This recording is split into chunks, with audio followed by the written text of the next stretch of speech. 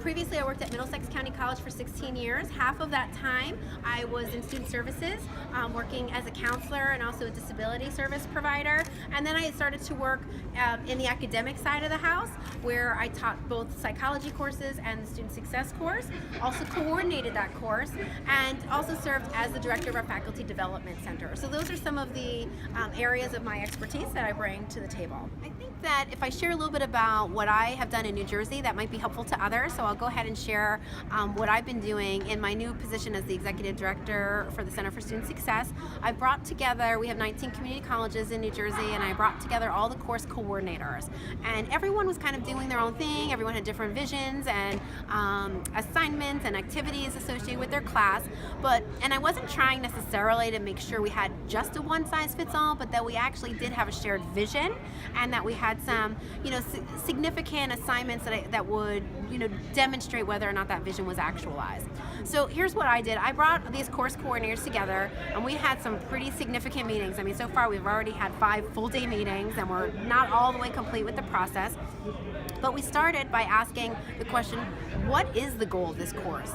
And not your current course necessarily. Like, I didn't want them to bring their learning outcomes from what they've been doing, but I wanted them to kind of think with a fresh slate, what could this course be?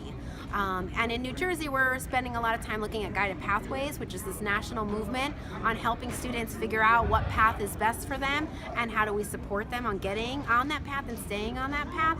So the idea is, I'm kind of challenging them. So we moved a little bit from some of our learning outcomes that were maybe moderately challenging, and as they were talking about it as faculty, I would kind of jump in and say, can we stretch it up a little bit further? And well, what might that look like? So this was a really powerful conversation, and I'd be happy to share with you the learning outcomes that we came up with.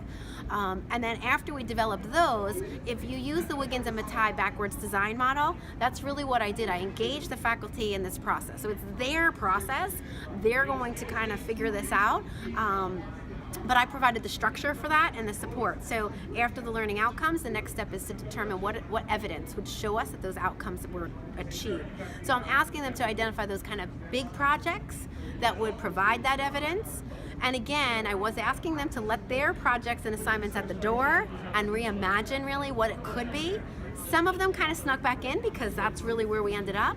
Some of them started and tweaked, and others were kind of totally left behind, and people were getting excited about new kinds of evidence that they would really be able to find to support what they're doing.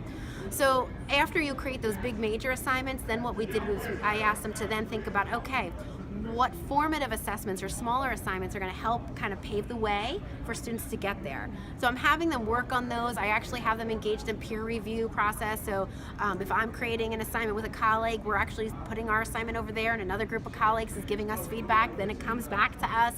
And oftentimes that feedback, I'm structuring it in a way where they have to provide not just like, yay, that's awesome, like everybody likes good feedback, but it was constructive feedback. So some ways that they might be able to step it up a notch or two, or add a different component that might elevate that assignment, and those kinds of things. So I think that's really powerful. Now the next step, of course, is going to be after you do the first you do the learning outcomes, then you do the evidence. The last step is the teaching methods. So now we're going to talk about, okay, well, if this is where we're headed, how do we get there in terms of what we do in the classroom? And we're not quite there yet in New Jersey, but we're going to talk a lot about that and how we can provide some of that ongoing training. Can't be a one-shot deal, especially if we're making some significant changes with our curriculum and we've elevated it. We have to really provide high levels of support to the faculty. But I got to tell you, the folks that I've been talking to are like supercharged about it.